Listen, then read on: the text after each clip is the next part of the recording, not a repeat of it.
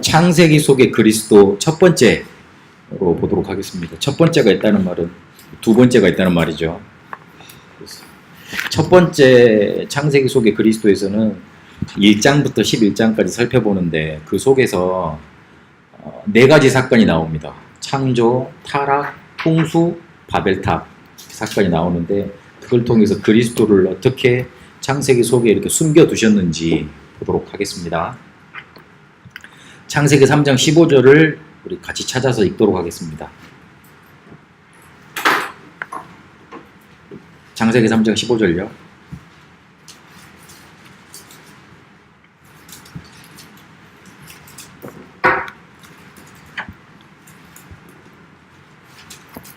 찾아서 같이 읽도록 하겠습니다. 내가 너로 여자와 원수가 되게 하고 내 후손도 여자의 후손과 원수가 되게 하리니 여자의 후손은 내 머리를 상하게 할 것이요 너는 그의 발꿈치를 상하게 할 것이니라 하시고. 아멘.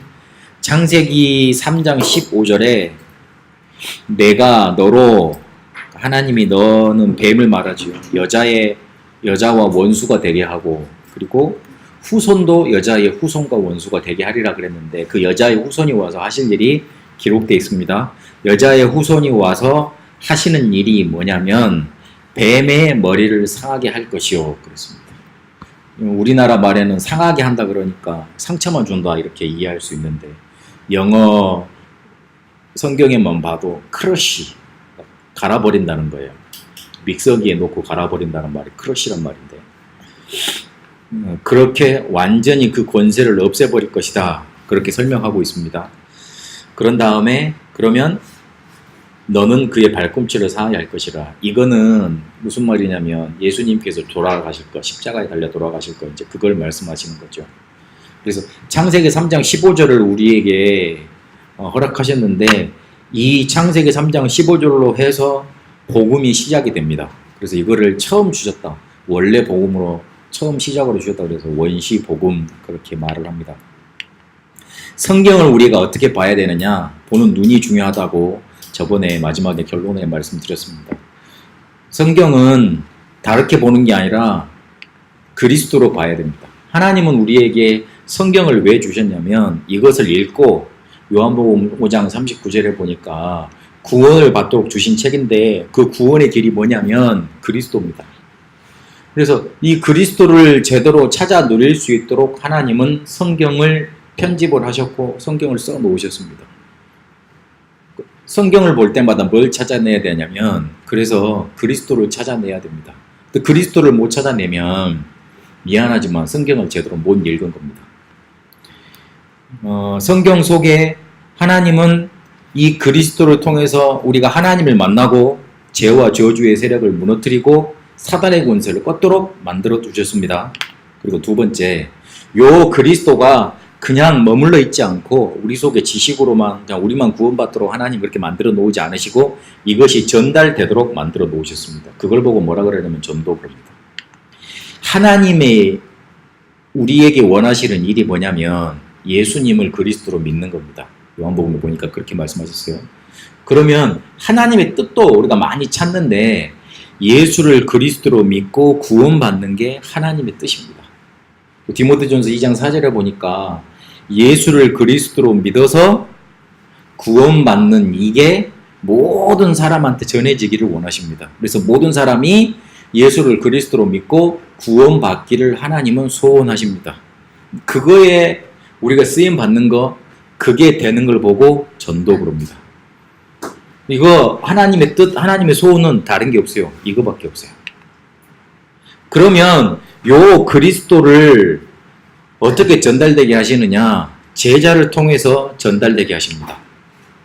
이사야 6장 8절에 보니까 하나님이 사람을 찾으십니다. 지금 재앙이 닥쳐서 저주가 닥쳐서 이스라엘이 완전히 망하게 됐는데 이 사람들한테 복음이 증거되어야 하겠는데 내가 누구를 보내면 누가 갈고 그렇게 한탄을 하십니다. 그 소리가 들립니다. 그러니까 이사야가 내가 여기 있사오니 나를 보내소서 그럽니다. 하나님은 그런 사람을 찾습니다. 하나님은 지금도 우리가 어떤 사람이 가서 이렇게 말을 해줘야 되는데 그 사람을 찾습니다.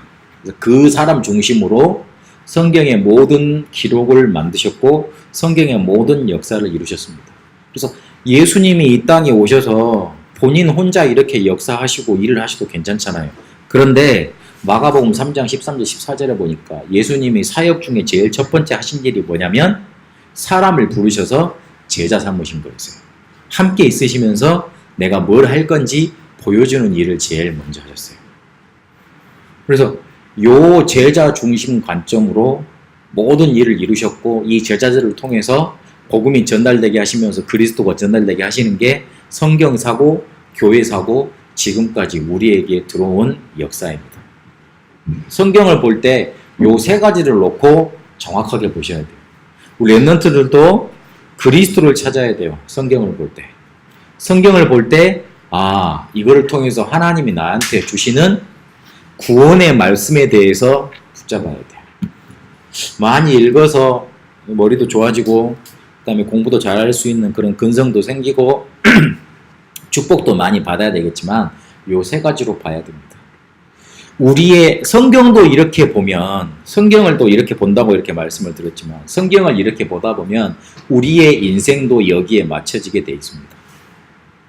우리의 인생도 문제가 올 때마다 하나님이 주시는 그리스도로 바라보게 돼 있습니다. 그리고 하나님의 뜻인 전도 속에 우리의 삶도 맞춰집니다. 그리고 우리 인생이 그러다 보면 어느 순간에 보면 일꾼도 있고 제자 돼 있습니다. 이렇게 바뀌게 돼 있습니다. 그래서 성경만 그렇게 보는 게 이렇게 보는 게 중요한 사실이겠습니다만은 성경을 이렇게 보다 보면 왜 이렇게 봐야 되느냐? 우리의 인생도 여기에 맞춰져서 변하기 때문에 그렇습니다. 성경을 찾다가 우리의 인생 보는 관점도 바뀌고 그리고 우리의 인생 보는 관점도 바뀌면 남을 바라보고 세상을 바라보고 그리고 미래를 바라보는 관점도 바뀝니다. 성경을 바라보시는 관점으로 나를 바라보시고 또 미래를 바라보시고 남을 바라보는 축복이 있게 되시길 바랍니다. 그러면 이렇게 성경을 계속 바라봐야 되겠는데 창세기에서는 뭘 말을 하느냐? 어떻게 이 세 가지 관점으로 우리에게 말씀하고 계시느냐? 1장부터 11장까지 오늘 말씀을 드릴 건데 1장부터 11장까지 네 가지 사건이 나온다고 그랬습니다. 첫 번째는 창조 사건입니다. 네 가지 사건 중에 첫 번째 창조 사건입니다. 하나님이 태초에 천지를 창조하시니라 그렇게 시작되는 게 창세기입니다. 그런데 그 첫 번째로 나타난 사건이 뭐냐면 창조 사건입니다. 그런데 그 창조를 어떻게 하셨냐? 창조의 원리에 대해서 말씀을 하시는데 하나님의 말씀으로 하셨다. 그렇게 우리에게 말씀하십니다. 하나님의 말씀은 창조의 말씀입니다. 근데 그 창조의 말씀 자체가 곧 예수 그리스도십니다. 그 예수 그리스도는 영원하십니다. 그리고 반드시 그 말씀은 성취되게 되어 있습니다. 우리는 말을 해놓고 못 지키는 경우가 너무 많아요. 내가 신앙생활 잘하겠습니다. 교회 잘 다니겠습니다. 그리고 전도 잘하겠습니다. 기도 잘하겠습니다. 꼭 훈련 잘 받겠습니다. 그렇게 말을 해놓고 못할 때가 너무 많아요. 그런데 하나님은 그렇지 않아요. 하나님은 영원하신 하나님이고 그리고 반드시 말씀하시면 그것을 성취하는 하나님입니다. 그렇기 때문에 우리가 조금만 그 말씀을 붙잡으면 우리 인생 속에 뭐가 일어나느냐? 창조의 역사가 일어납니다.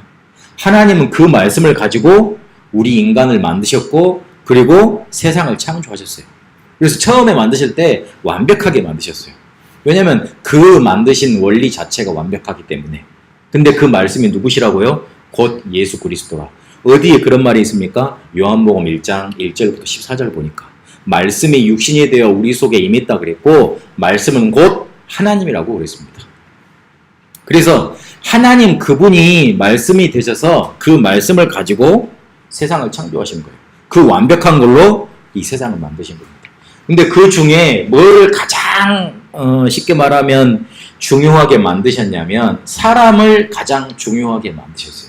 창세기 1장, 2장에는 그 내용을 말하고 있는 겁니다. 이 완벽한 말씀으로 세상을 창조하셨다 1장. 그 중에 가장 인간을 축복되게 만드셨다 창세기 2장. 그렇게 말씀하고 계시는 겁니다. 2장에 보니까 인간을 만드시는 장면이 나오고 1장에도 뒤에 보면은 딱 만드신 장면이 나오는데 그 두 개를 통해서 두 장을 통해서 뭘 중요하게 말씀하시냐면 생명의 원리에 대해서 중요하게 말씀하시는 거예요. 나무는 어디 살아야 되죠?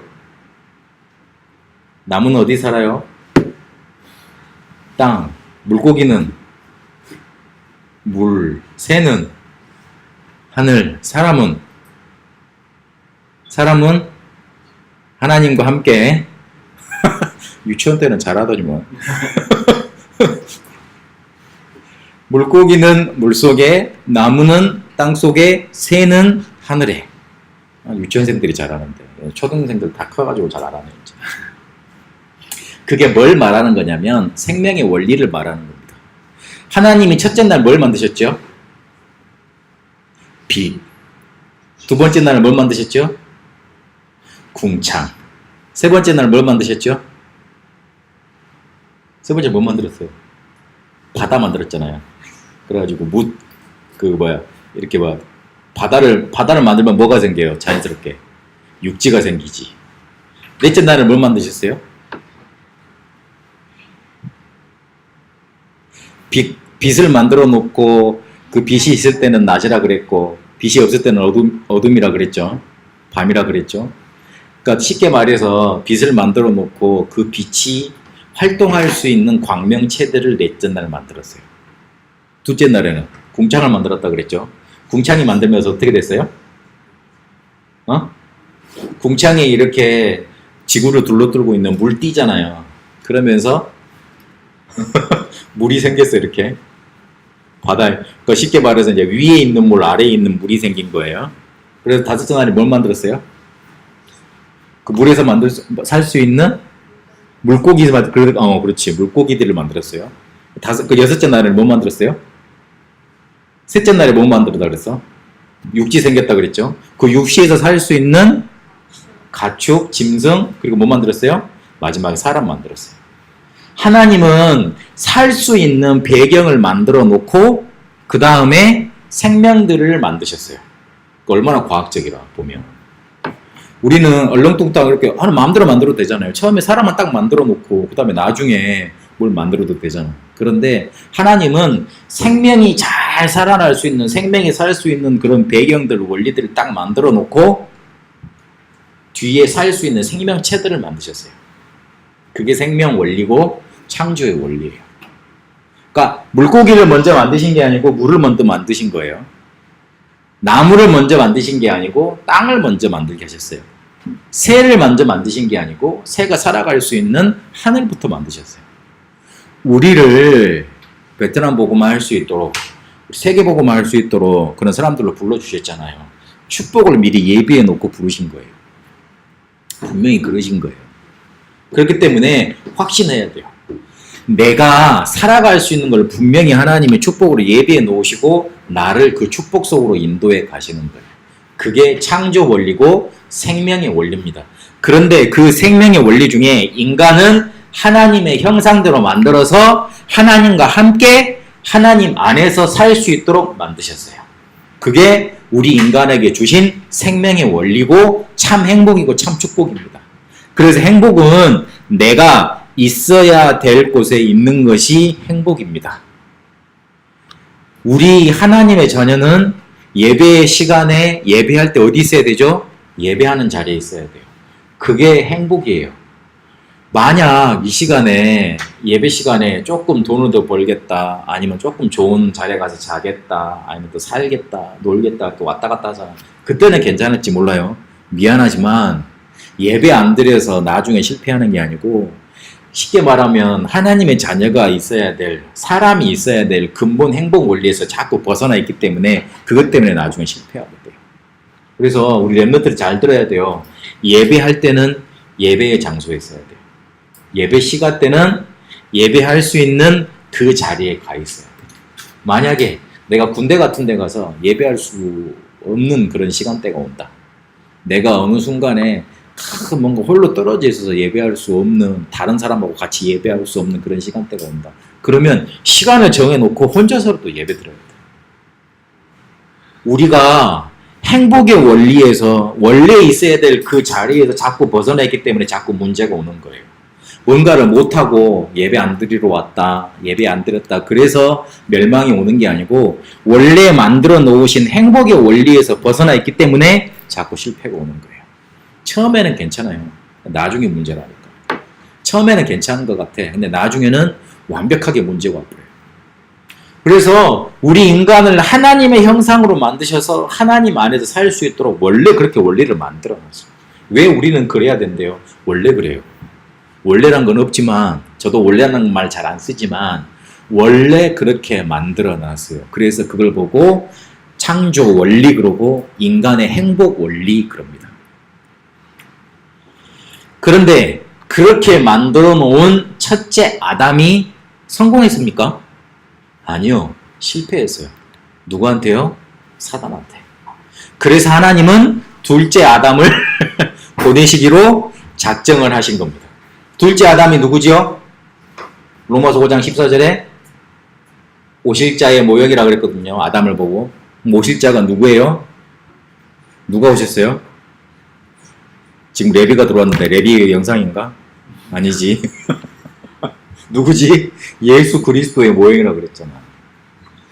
그렇게 하나님이 행복의 원리로, 축복의 원리로 사람을 만들어 놨는데 실패했어요.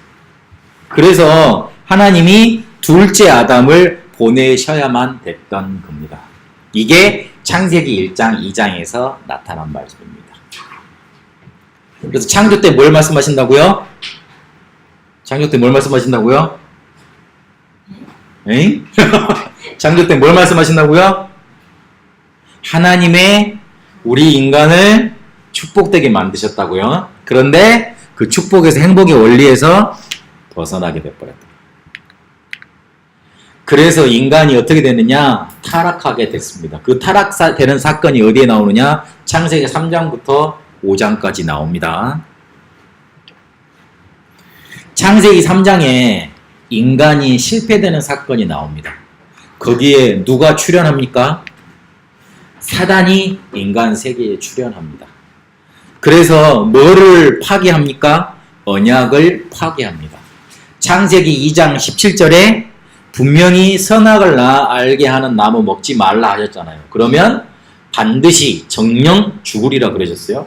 그런데 그걸 어기고 사단의 말을 듣고 선악과를 먹지요. 그래서 저주 재앙이 우리 인간 세계에 들어오게 됩니다. 그게 창세기 3장에 나타난 사건입니다. 그러면 사단의 출현한 게 왜 우리 인간 세계에 큰 그런 저주 재앙을 불러오게 된 그런 사건이 되느냐? 창세기 3장에 보면 사단이라고 돼 있습니까? 뭐라고 돼 있어요? 뱀이 찾아왔다고 돼 있죠. 근데 그 뱀인데 뱀이 나타나서 언약을 파괴했다 그랬는데 왜 목사님 사단이라고 말을 합니까? 그렇게 물어보는지 모르겠어요. 그래서 계시록 12장 1절에서 9절까지 보면 뱀에 대해서 뭐라고 말을 하냐면 사단, 마귀라고 돼 있어요. 혹시나 우리가 잘못 해석을 할까봐 그래 옛날에는 뱀이 사람하고 말을 했는갑다 그렇게만 생각을 하고 그렇게만 해석을 할까봐 하나님이 분명히 계시록에 뱀, 곧 마귀 그렇게 딱 명시를 해놨어요. 사단에 대해서 다르게 뱀에 대해서 다르게 해석하지 말라고. 뱀에 대해서 다르게 해석하지 말라고. 사단이요 원래 피조물이에요. 하나님이 쉽게 말해서 만드신 존재예요. 사단을 만드신 게 아니고 사단이 원래 지어진 존재인 천사. 그게 타락이 됐거든요. 그걸 만드셨다고 하나님이. 그런데 이 사단이 보니까 자기를 대단한 존재로 만드셨거든요. 자기가 쉽게 말해서 이렇게 급이 있는 천사였어요. 급이 있는 천사니까 뒤에 다니는 떨거지들이 많지. 떨거지들이 많죠. 어제 손흥민 보세요. 자기가 나이가 제일 많기도 하지만 제일 잘 차잖아. 그러니까 애들을 쉽게 말해서 되게 뭐 잔소리를 많이 한 거예요. 그래가지고 이끌어가지고 우승까지 간 거잖아요. 돈방석에 앉았다고 난리던데. 어쨌든 지가 이렇게 급이 있으니까 그 아시안 게임에서 축구 막 졌는데도 사람들 좋아하는 팀들이 있대요. 어디야 우리 뭐 말레이시아는 우리 이겼지 맞아. 어디야 어디 다른 데서 이렇게 보면 와가지고 끝나고 나서 손흥민하고 같이 사진 찍기도 하더만 이렇게 월드스타랑 자기 축구했다고 자기들한테는 그런 거지. 그러니까 루시엘이라 그래야 되나? 어쨌든 사단이 타락하기 전에 천사로 있었는데 그 천사로 있을 때 되게 따르는 무리들이 많았어. 그래서 천사가 3,000마리면 말이라고 그래야 되나? 3,000분이라고 그래야 되나? 하여튼 3,000응이면 그 중에 1,000응을 데리고 같이 타락을 한 거예요. 3분의 1을 데리고. 대단하게 능력이 세죠. 근데 그래가지고 이제 하나님을 자기가 이제 대적해 볼 거라고 전쟁을 벌인 거예요. 전쟁을 벌여가지고 막 싸우는데 하나님이 가소롭지. 그래가지고 미가엘 하나님 직접 나가시지도 않았어. 미가엘 리그 나가 그 전쟁 담당하는 천사 있었거든요. 천사장 있었거든요. 이 나가 그래가지고 이걸 완전히 싹 뭔가 이렇게 폐폐를 시킨 거예요. 그런데 이게 천사가 죽는 존재예요. 죽는 존재가 아니잖아요. 그래가지고 어디로 쫓겼냐면 공중으로 쫓겨난 거예요. 그래서 그 궁창 만드셨을 때 하나님이 힘이 좋았다는 말이 없어요. 그런 의미로 해석을 하기도 해요. 궁창으로 쫓겨났기 때문에, 하늘로 쫓겨났기 때문에 하나님이 그 다 만들어 놓고 힘이 좋았다라, 많이 기뻤다라는 말이 있는데 궁창 만들었을 때는 좋았다라는 말이 없어요. 그래서 빠져있어. 어쨌든 쫓겨났어. 쫓겨나서 이제 지들끼리 이제 놀고 살고 지가 우두머리니까 잘 놀고 있을 거 아니야. 근데 그런 노는 것도 한계가 있잖아. 한계가 있는데 어느 순간에 뭐 되는 일을 보니까 뭔가 이렇게 툭툭툭 만들어지네. 툭툭툭 만들어지고 뭐가 갑자기 까맸는데 뭐가 이렇게 빛이 툭툭 만들어지고 그 빛이 확 만들어지는데 하나님이 하시는 일을 보니까 지구를 하나 만들어 놓고 거기에다가 에덴 동산을 만들어 놓고 뭔가 일을 막 부쩍부쩍 많이 만들어. 그런 다음에 자세히 쳐다보니까 사람 있는 걸 만드네. 사람인 걸 만들더니만 거기에다가 그 사람한테 되게 축복하시고 하나님이 되게 기쁜 얼굴로 걔를 막 쳐다봐 이렇게. 아이고 우리 아담 잘하네, 하와 잘하네, 막 이런 식으로 막 쳐다보는 거야. 그리고 아담이 얼마나 머리가 좋았냐. 동물들이 착착착 지나가잖아. 이름을 다 붙여줬어요. 코가 기면 코끼리, 얘는 맹수 같으니까 사자, 얘는 좀 사자하고 닮았지만 줄이 가 있으니까 호랭이, 이런 식으로. 여러분 이름 몇 개나 외세요? 집사님 몇 개나 외세요? 이름? 휴대폰이 다 외죠. 휴대폰에 들어있는 것도 몇천 개, 한 1만 개 안 넘을 거 아니에요? 그렇죠. 그렇죠. 그 별로 안 되죠. 나는 원래 카톡도 이렇게 많이 사람 안 내놓는다. 연락 한 달에 한 번 안 하면 다 지워버린다. 지금. 시연이 친구들 별명 몇 개나 알아요? 잘 모르죠. 잘 모르죠. 그렇죠. 우리가 이름 외우는 것만 해도 몇 개 안 되잖아요. 근데 아담이요. 하나님이 그 쉽게 말해서 얼마나 지혜를 주셨냐면 이 세상 모든 짐승들 있잖아요. 아담 앞을 다 통과시키게 만들었어. 그러니까 이름을 다 지어. 아 너는 코끼리, 너는 사자, 너는 뱀 이런 식으로 다 지어줘. 그 옛날 꼬보에 나오잖아. 기억 안 나? 꼬보. 꼬보라고 예전에 그 어린이 동화 있었는데 나만 아는구나. 여하튼요. 그렇게 아담이 머리가 좋고 막 하나님이 이제 그런 일을 벌리시고 막 자기들끼리 축제가 난 거거든. 근데 자기들은 전쟁에 패해가지고 이렇게 막 떨거지처럼 이러고 있는데 갑자기 그걸 보니까 막 슥 뭔가 올라왔을 거 아니야. 그러다가 딱 아차 싶은 거야. 아, 반격의 기회가 왔다 우리한테. 하나님이 저렇게 만들어 놓은 존재에 저거를 확 무너뜨리면 하나님이 가장 마음 아프시겠다. 가장 뭐라 그럴까? 하나님의 심장에다가 비수를 탁 꽂아 넣을 수 있겠다 싶어가지고 싹 살펴보니까 하와가, 아담은 하나님한테 직접 말씀을 들었으니까 못 건들 것 같고 그 빈틈을 노린 거지. 근데 아담의 빈틈을 보니까 누구예요? 하와예요. 남자의 빈틈은 여자라. 조심해야 돼. 집사님은 조심할 필요가 없지. 결혼하셨으니까. 여하튼 남자의 빈틈은 여자라. 그래가지고 싹 쳐다보니까 사단이 그럼 하와가 빈틈인데 하와하고 말이 잘 통할 수 있는 뭔가 있을 거 아니에요. 직접 짠 나타나서 그러면 그럴 것 같고. 그러면 절대 안 넘어가지. 잘 쳐다보니까 하와가 너무 열이 받쳤을 때 말이 잘 통하는 상대가 있었는데 누구냐 보니까 뱀이야. 뱀 속에 싹 들어간 거야. 그래가지고 샬라샬라 말을 해가지고 딱 선악과를 먹게 만들어 버렸어요. 그래가지고 완벽히 하나님의 창조의 창세기 1장 2장에서 말했잖아요. 하나님이 가장 공들여 만들어 놓은 게 인간인데 그거를 완전히 타락시켜 버린 거예요. 그게 창세기 3장 사건이에요. 무섭습니다. 사단이 우리 인간 세계에 우리 인생 속에 들어와서 멸망시키는 거 무서운 거예요. 그래서 창세기 3장 사건부터 우리 인간 세계 속에 영적인 문제가 찾아 들어와서 인간을 사로잡는 겁니다. 왜 목사님은 창세기 3장 사건에 대해서 그렇게 강조를 많이 합니까? 그러겠는데 모르겠어요. 내가 죽을 때까지 이거를 계속 강조할 것 같아요. 말을 해줘야 돼요. 우리가 가장 인생의 어두운 시기를 살아갈 때 조금만 잘 생각해 보세요.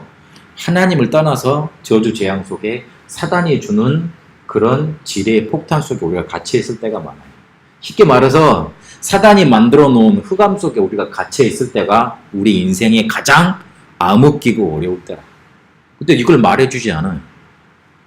오히려 교회에서도 그게 괜찮다고 말을 해줘요. 아닙니다. 말을 해줘야 됩니다. 이 창세기 3장 사건 때문에 하나님이 뭘 만드셨냐면 새 생명을 얻을 수 있는 길을 여신 거예요. 그게 창세기 3장 15절에 여자의 후손입니다. 여자의 후손을 보내셔서 뱀의 머리를 상하게 할 것이다. 사단의 머리를 상하게 할 것이다. 사단이 우리 인간을 사로잡고 있는 그 권세, 그걸 깨트릴 것이다. 그렇게 말씀을 하셨어요. 그래서 요거를 계속 기억하고 살 수 있도록 하나의 어떤 제도를 만드십니다. 그게 뭐냐면 예배였어요. 근데 그 예배를 시작하기 전에 우리 인간한테 뭘 입히셨냐면 가죽 옷을 입히셨어요. 그걸 설명하기 위해서. 예전에 가죽 옷을 만들었다는 말은 무슨 말이죠? 지금같이 가죽 옷 이렇게 옷 봉제 잘 해가지고 그렇게 아담 하와한테 입혔다는 그런 말일까요? 그건 아니겠죠. 가죽 옷을 만들려면 어떻게 해야 되죠? 가죽을 벗겨야 되잖아요. 가죽을 벗겨야 되죠. 그 원숭이 가죽인 거 그거 가죽 벗기는 거 봤어요? 살아있는 거? 살아있는 거. 살아있는 가죽, 짐승들 가죽을 벗긴대. 그러면 그게 놔두면 또 이렇게 죽든지 말든지 다시 살아나면 다시 또 벗긴대. 벗긴대. 가죽을 벗기면 어떻게 돼요? 그게 피가 묻어 있겠죠. 그 가죽을 벗기면은 걔가 너무 아파가지고 쇼크에서 죽을 수도 있겠죠. 그렇죠. 가죽 옷을 입혔다는 말은 나 대신에 내가 옷을 입는 대신에 어떤 한 짐승이 피 흘리면서 죽어야 된다는 소리예요. 그걸 알리신 거예요. 쉽게 말해서 그걸 통해서 피 제사를 우리에게 가르쳐 주신 거예요. 왜 피 제사가 중요하냐? 히브리서 9장 22절에 보니까 피 흘림이 없은즉 죄 사함도 없다고 했어요. 그 피 흘림이 없다면 누가 대신 우리를 위해서 피 흘려주지 않으면 우리의 죄, 우리가 사단한테 이렇게 속아서 저주 재앙 속에 있는 거 그거 해결되지 않는 거예요. 레위기서 17장 11절에 보니까 피는 곧 그 짐승의 그 존재의 생명이라고 그랬어요. 그래서 생명을 가지고 생명을 살려주지 않으면 우리는 우리 저주 재앙에서 빠져나올 수 없는 거예요. 그래서 그 피 언약을 창세기 3장 15절과 함께 설명을 하십니다. 그래서 앞으로 니들이 나한테 올 때는 새 생명을 얻기 위해서 올 때는 피를 가지고 와라 설명을 하십니다.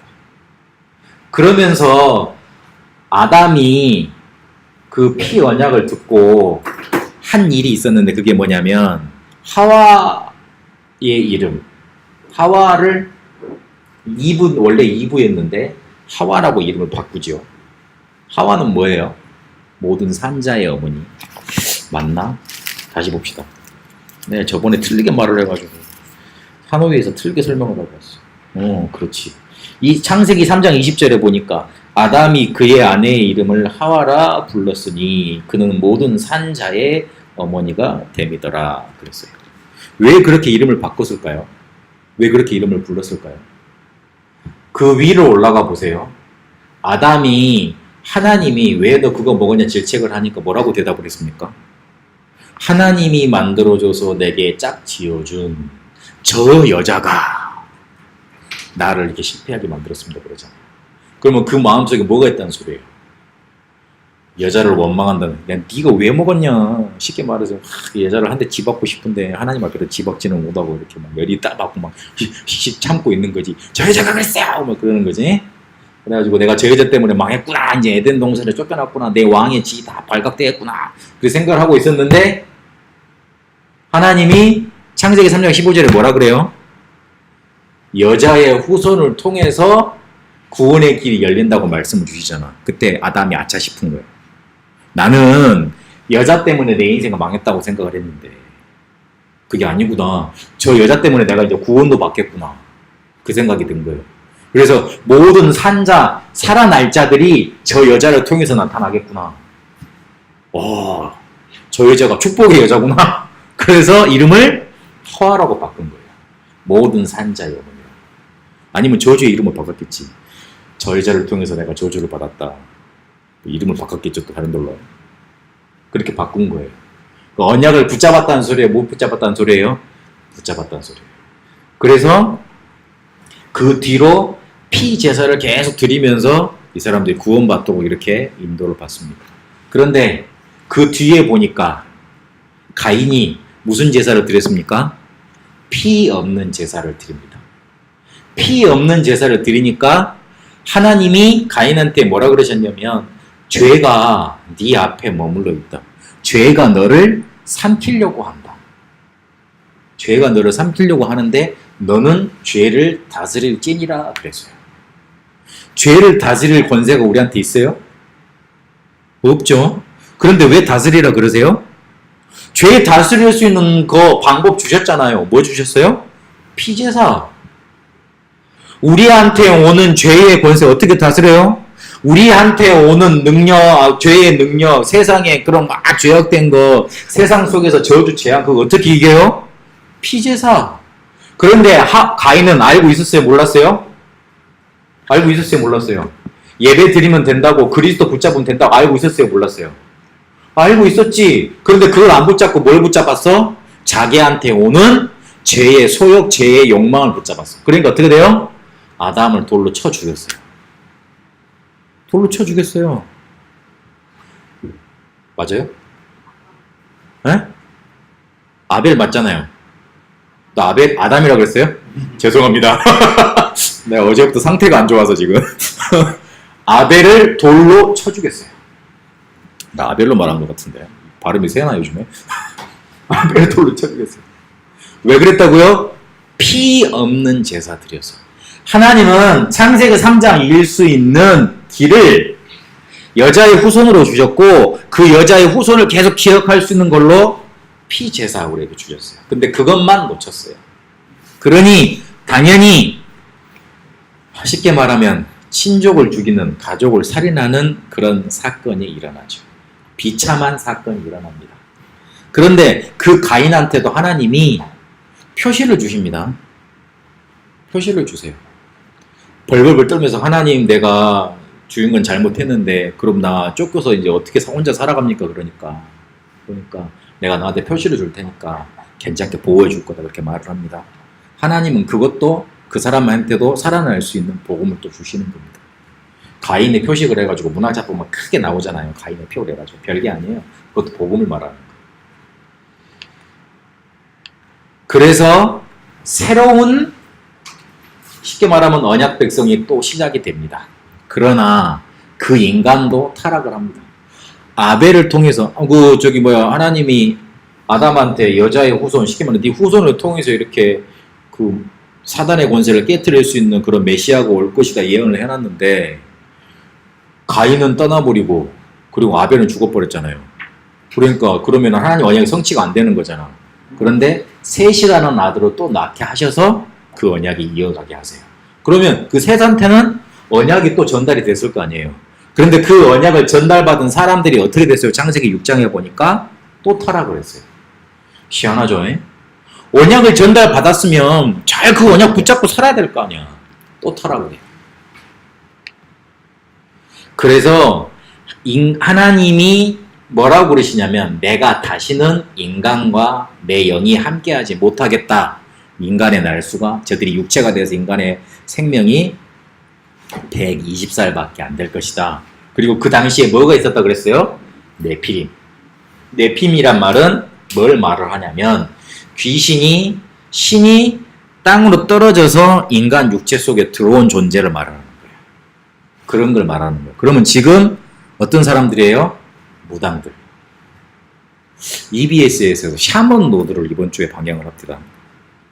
샤먼은 뭡니까? 샤먼, 무당. 그 사람들이 걸어가는 길. 우리나라에만 있는 줄 알았더니만 프랑스에도 있어.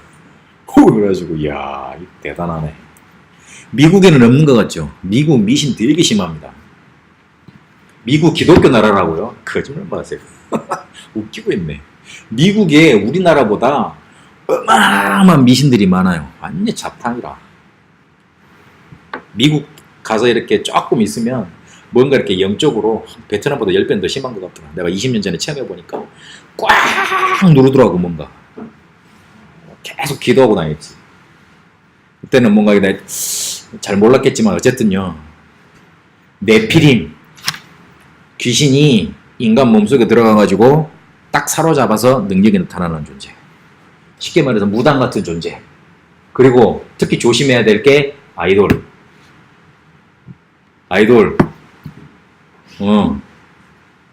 안 그런 애들이 많지만 성공을 하려면 잡혀야 돼. 사람이라는 게 영적인 존재라서 뭔가 열심히 하잖아요. 그 어느 순간에 보면 한계선을 딱 뛰어나는 단계가 나옵니다. 그때 어떻게 되느냐? 뭔가 영적인 세계에 확 잡히는 거예요. 그러면 어마어마한 능력이 나타나요. 사람이 사람을 어마어마하게 몰고 다녀요. 그 별게 있는 게 아니에요. 미안하지만 크게 성공했던 가수들을 보면 주기적으로 영매, 쉽게 말해서 무당들하고 만났다는 그런 기록들이 많이 있습니다. 그래서 세상이 어떻게 됐습니까? 죄악이 가득하게 됐습니다. 네피림이 장악을 하니까. 그래서 하나님은 홍수 심판을 일으켜서 인간을 멸망시키시기로 작정을 하신 거예요.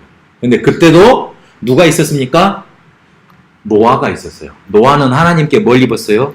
은혜를 입었다. 그 은혜의 핵심이 뭐였습니까? 방주. 그 방주는 우리 인간을 멸망 속에서 구원하실 그리스도를 말합니다. 방주라고 그러니까 그 하롱베이에 가서 타는 유람선 할 때 우리가 탔던 배 있잖아요.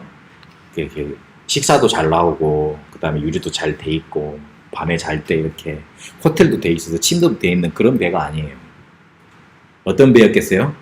그냥 통나무 괴짝 같은 거요. 괴짝 같은 거요. 쉽게 말하려면.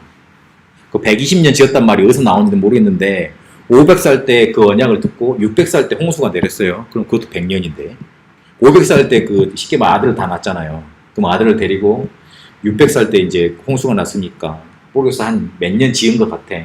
길게 지었겠죠. 근데 통짜 괴짝을 지은 거라. 그래가지고 뭐 역청 바르고 그랬는데 잠수함 같은 거에 쉽게 말을 하면 잠수함 같은데 뭐 창 같은 게 있었겠어요. 비가 들어오면 안 되는데. 그래가지고 문 딱 위로만 딱 하나 만들게 만들어놨어. 방주를 누가 설계를 하고 또 어떻게 만들게 하셨어요? 하나님이 설계도 하시고 하나님이 힘도 주시고 하나님이 요렇게 지시해가지고 딱 만드셨어요. 우리한테 주신 구원의 길은 하나님이 우리에게 주신 그 단 하나밖에 없습니다. 예수 그리스도. 그래서 그 예수 그리스도 안에 들어가야지 홍수의 심판에서 구원받게 돼요. 아무리 수영 잘해도 1년 내내 비가 오는데 그거 어떻게 수영을 하나? 잠수를 해도 우리가 물고기인가? 죽지. 그치? 우리가 물고기나? 영화에서 봤던 이렇게 물에서 우리가 오래 살면 아가미가 생긴다. 그 진화하려면 몇천 년 걸리지. 말도 안 되는 소리지. 그래서 홍수에서 살아남으려면 홍수고를 막아줄 수 있는 방주 안으로 들어가야 돼요. 그게 누구예요? 예수 그리스도. 인터넷의 홍수, 동영상의 홍수, 게임의 홍수, 아이돌의 홍수에서 살아남을 어디로 들어가야 된다고요? 예수 그리스도 앞으로 들어가야 된다고. 금방 찾아옵니다, 집사님. 우리 랩런트들, 쟤들 랩런트로 자라가지고 절대 그런 거 안 보고 자랄 줄 알았어. 근데 이 홍수가 대단해. 홍수가 대단해. 어떻게든 그걸 잘하는지 어쨌든 대단해. 그러고 난 다음에 홍수가 다 끝났잖아요. 그래서 누구만 살아남았어요? 노아 가족만 살아남았죠. 노아 가족이 살아남아서 하나님이 뭐라 그랬죠? 어마어마하게 축복을 하시잖아요. 내가 너희를 통해서 새 인류를 시작하게 하고 그 다음에 아담한테 주던 축복을 다시 주지 않습니까? 그 이 창 읽어보면 하나님 참 마음도 왔다 갔다 잘하셔. 언제는 싹 죽여본다 그랬다가 노아가 다시 나타나니까 그래요. 내가 다시는 사람을 그 악함을 인해서 세상을 멸망하지 않겠다 그래가지고 막 그 제사 드리는 거 그거 흠명하게 그 연기를 받으시고 막 축복을 하셔서 이제 다시 번성케 하시잖아요. 아담도 실수를 하고 그 다음에 그 아들들도 실수를 했습니다만은 중요한 건 그 사람들이 언약 백성으로 시작을 했는데 미안하지만 구원의 복음의 씨로 태어나서 이렇게 자꾸 언약이 전달되는 그런 일 속에서 이 사람들이 언약을 가지고 시작을 했는데 이 사람들한테 아직도 해결되지 않은 문제가 있었어요. 그래서 뭘 만들어요? 그 사람들이 바벨탑을 만들어요. 바벨탑을 만든 사람들이 누구였어요? 노아의 자손들이었어요. 노아는 어떻게 시작을 했어요? 완전히 복음으로 복음 충만해서 시작을 했어요. 근데 노아도 조금 지나니까 술 먹고 막 그래가지고 방탕하게 돼버렸죠. 그리고 아들도 그렇게 막 맨날 아버지 험담하다가 저주받았죠. 어쨌든 그래도 언약으로 계속 시작이 될 건데 계속 전달돼서 언약 백성으로 살아왔을 건데 그 사람들을 통해서 뭐가 만들어졌냐면 바벨탑이 만들어집니다. 그 홍수 속에 네피림, 사람은 죽었지 누가 죽지 않았어요? 사단은 죽지 않았다는 소리. 우리 인간을 타락시키는 존재인 사단은 아직도 살아있다는 거예요. 그거를 모른 채 노력만 열심히 하니 인간은 헛된 노력 속에 빠지고 마는 겁니다. 그래서 계속 반복이 되는 거예요. 내가 아무리 열심히 하려고 그러는데 내가 막 노력을 하는데 그게 헛된 노력이 돼요. 왜 그래요? 아직도 해결되지 않은 문제, 창세기 3장에서 시작된 그 영적인 문제가 영향을 미치고 있기 때문에 그래요. 그래서 하나님은 안 되겠다. 모델을 만들어야 되겠다. 그래서 그 모델 가문에 그리스도를 보내야 되겠다. 작정을 하시고 이야기를 또 시작해 나가십니다. 그래서 그 후손을 통해서 그리스도가 오게 하십니다. 마태복음 1장에 딱 펼쳐보면 그래서 뭐라 그럽니까? 아브라함과 다윗의 후손 예수 그리스도의 세계라 그랬습니다.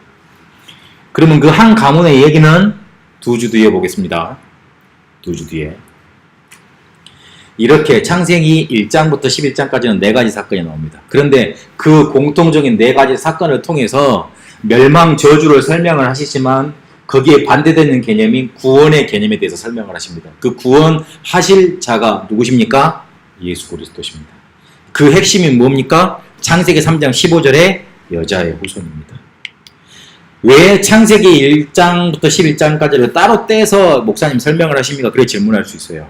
중요하기 때문에 그래요.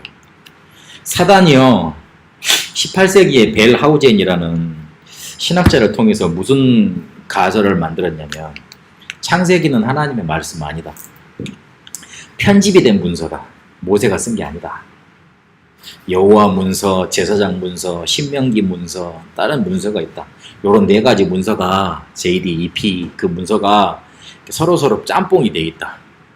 후세 사람들이 자기들이 어마어마한 종교를 가진 사람들이라고 그걸 설명하기 위해서 옛날 오던 문서들을 짜집기 해서 만든 내용이다. 그래서 진짜 아니다 그런 거예요.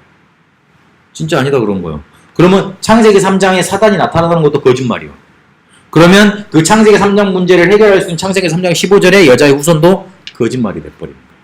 그러면 예수도 미안하지만 사람의 한 사람으로 되는 거예요. 창세기 시작이 부정돼 버리면 예수님이 부정돼 버리는 거예요. 그렇기 때문에 논리가 첫 번째 시작되는 그 논리의 시작을 파괴해 버리려고 사단이요 공격을 한 거예요. 창세기에는 우리 인간의 시작, 문제의 시작이 나옵니다. 우리 인간이 어떻게 만들어졌는지, 행복이 어떻게 시작이 됐는지 말을 합니다.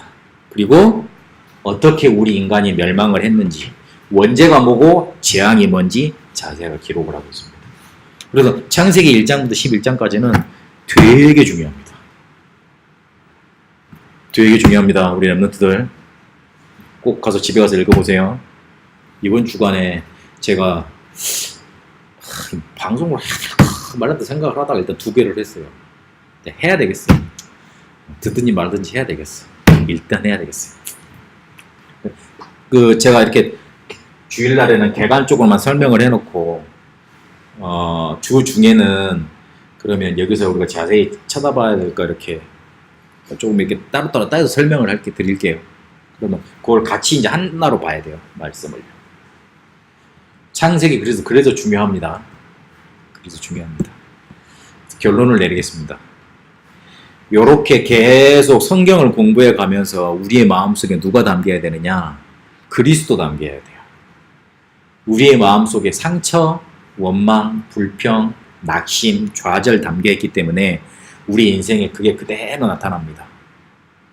그런데 창세기 속의 그리스도, 성경 66권에서 말하는 그리스도 우리 마음속에 담아서 우리 인생 가는 길 속에 그리스도께서 역사하시도록 바꿔야 돼요. 그게 우리에게 주시고자 하시는 하나님의 언약이에요. 그걸 붙잡으세요.